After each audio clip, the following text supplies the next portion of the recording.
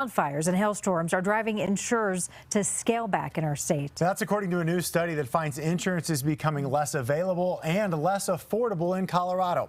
The study by the Colorado Division of Insurance shows 76% of insurers decreased the number of people that they cover. And over the last 3 years, the average insurance premium has jumped nearly 52%. Political specialist Sean Boyd is the first to report on these findings. 52%. This is troubling news, Sean. And it's not just troubling for people who live in areas at high risk for wildfire. The study found policies are being canceled and premiums are climbing across the state. And no wonder. We have the third highest risk of wildfire and second highest number of hail claims in the country. The Division of Insurance says homeowners are paying nearly 23% more for insurance since the beginning of last year alone. And more than a third of carriers have canceled 10% of their policies here.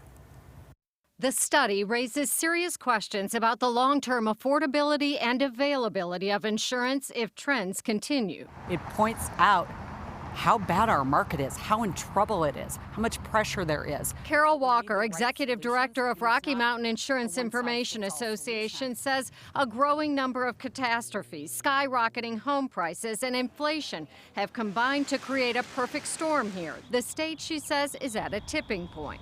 We don't want to get it to the point where insurance companies says, no, I need to take my business elsewhere.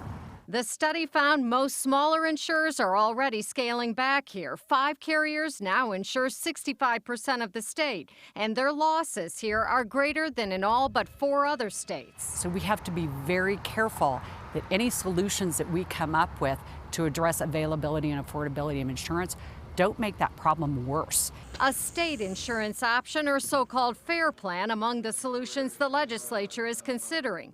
Walker says lawmakers need to be careful not to follow the lead of states like Florida and Louisiana, where the insurer of last resort has become the main insurer and nearly gone bankrupt. And I have deep concerns. It keeps me up at night that the stakes are so high here as we're creating solutions and looking at a FAIR plan, that we do it right. The study, she says, is just a start. Where are people having problems getting insurance?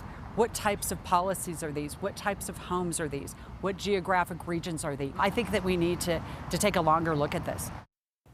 Walker says the state insurance option, which is typically for single-family homes only, is one of many solutions. She says homeowners with more expensive properties in high-risk areas may need disaster policies on top of the state option. And the condo market that continues to see litigation from construction defects may need insurance co-ops, she says. While the problem is statewide, the study found some insurers are selectively canceling policies in these high-risk areas, and many are considering mitigation when deciding whether to write a policy or not.